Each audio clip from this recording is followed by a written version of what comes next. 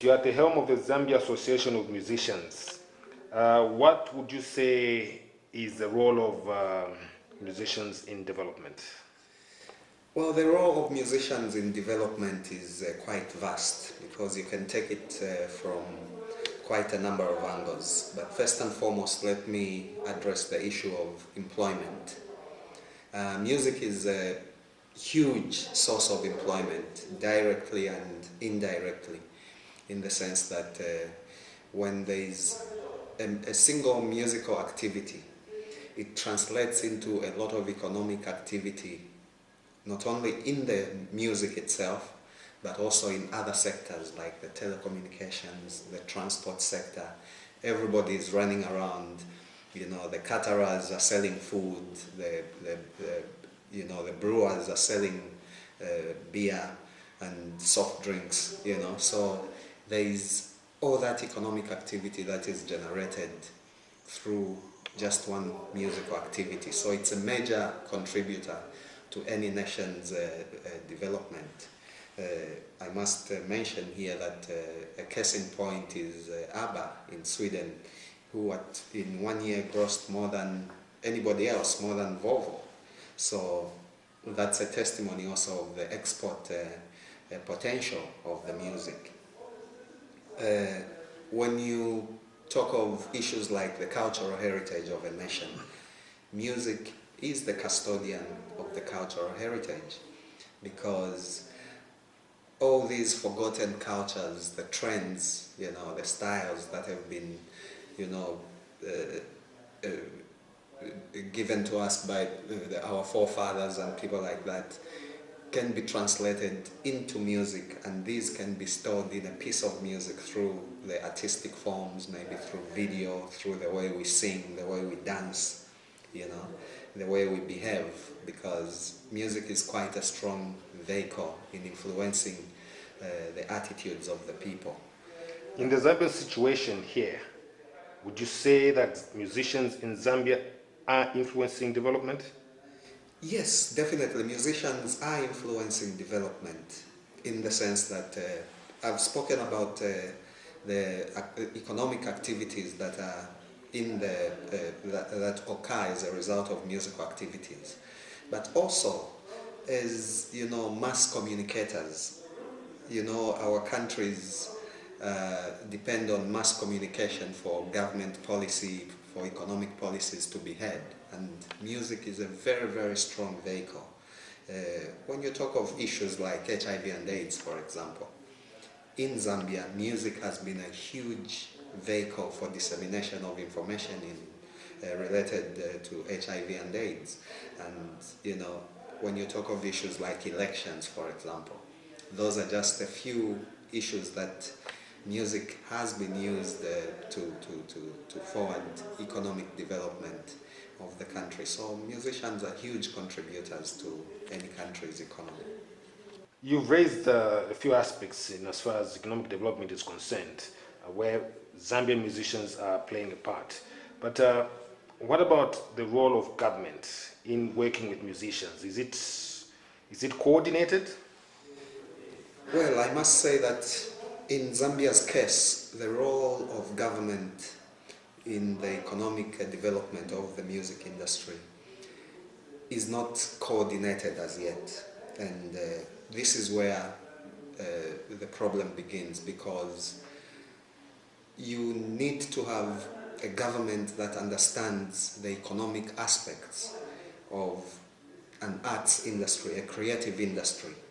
And so I must say there's very, very few people in our current government that seem to understand the importance of music and other arts as an industry. And so we are struggling quite a bit to, you know, forward proposals and suggestions to the government of the day, in the hope that they will begin to see economic potential in the music and begin to create policies that are going to be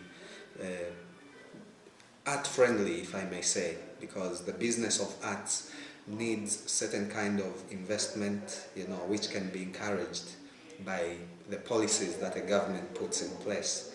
And also, you know, government can directly support the arts in as far as, you know, issues like schools of music are concerned. You know, the skills development of any trade is very, very important, and without skilled musicians in the country, you are going to continue having mediocre kind of productions which will not translate into money. And therefore it's important that government takes a leading role in creating infrastructure. You know, at the moment musicians are only performing in nightclubs and bars, you know, because there is no music arenas. You cannot take your family to go and watch a music concert because they are not, you know, it's in nightclubs, and so infrastructure has to be put in place. This will also translate into, you know, tapping talent at an early age, because once you have that kind of infrastructure, then you begin to tap the talent at a very young age, and you begin to turn that into an economy, into an actual industry. And you know, that will benefit everybody, not only the musicians, but the country as a whole. What about the corporate world? Is there any corporate social responsibility regarding the development of music and indeed seeing musicians develop economically?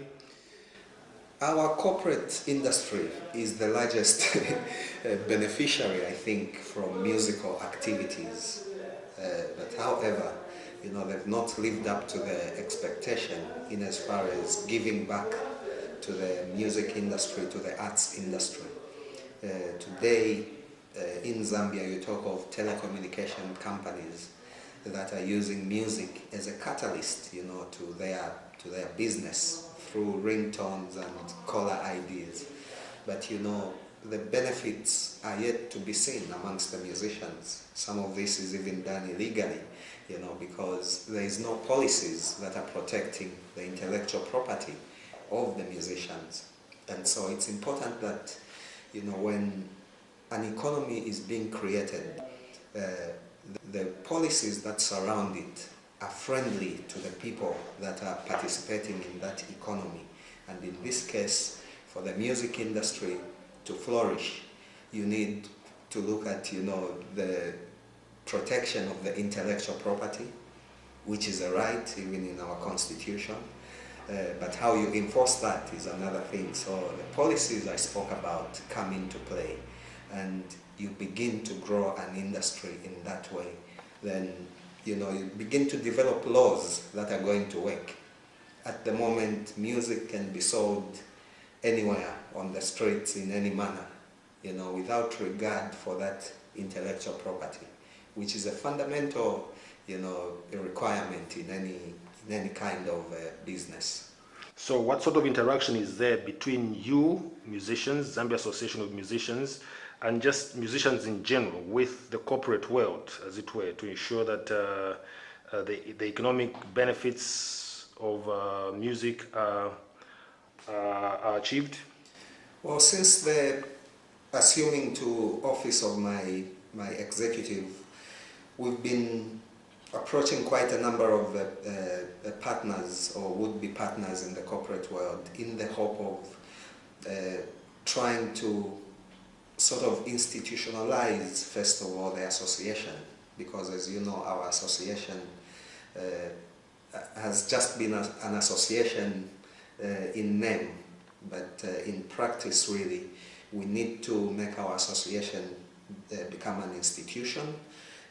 From there on, once you have the systems, the policies in place, then you begin to, you know, talk to people who are business-minded, so that, you know, you begin to create a business base for the members. At the end of the day, the association, our hope is that the association will be a focal point in the creation of, you know, an economy surrounding musicians and people that are in the arts industry. And so we are talking to quite a number of people, and we hope that before our term expires, we will be able to solidify one or two partnerships, especially in the business world, going to attract the international market. But what if somebody said it has to start with you, the musicians? Definitely, I agree with you. It starts with us, but I think up to this point, musicians have done so much, and they can only do so much. You know, musicians are artists; they are not business managers, and so it's important that the environment is an environment that is friendly to the artists is created. Here, I mean an environment that is going to make an artist, you know, do the work of art and leave the businessman to do the business of the arts, because it's all about showbiz. There's the show side of it, which the artist will take care of, and the business side of it. Unfortunately, in our situation, you have to do everything. You do the show, then you have to chase after, you know, the few people that owe you CDs. Then in the end, you know, you are bumping with your fans. You don't create that, you know, you know, that hype, that business, you know, excitement behind the artist. That is where we've missed it, and so it's important that that kind of environment is created. So all in all, what is the way forward with regard to ensuring that music, particularly in Zambia, becomes a key tool in economic development and everything associated with it? I think the key is to have all the stakeholders, with government and my association probably in the lead, the National Arts Council. You know, we need to rethink the arts policy in the country. What do we want to do with the arts? So when you begin at that level, then you are giving, you know, courage, first of all, to the budding artists. You know, you are giving an excitement to the people that are in the business of music, because, you know, there is potential of the economic boom. Everybody will be making money once there is tangible policies in place. And, you know, we must begin to re-educate ourselves as musicians. Our skills need to be upgraded. You know, our producers' skills also need to be upgraded. Then the infrastructure that I talked about needs to be introduced into the country. You know, there is no single professional music studio in the country, so, which is a setback. How are we going to produce music which is at par with our international counterparts? So that kind of infrastructure in place, and, you know, this needs huge political will, because once you have a government that understands the economic needs, the economic potential of any industry, then everybody is going to play ball. Maiko, thank you and all the best. Thank you very much. I'm humbled.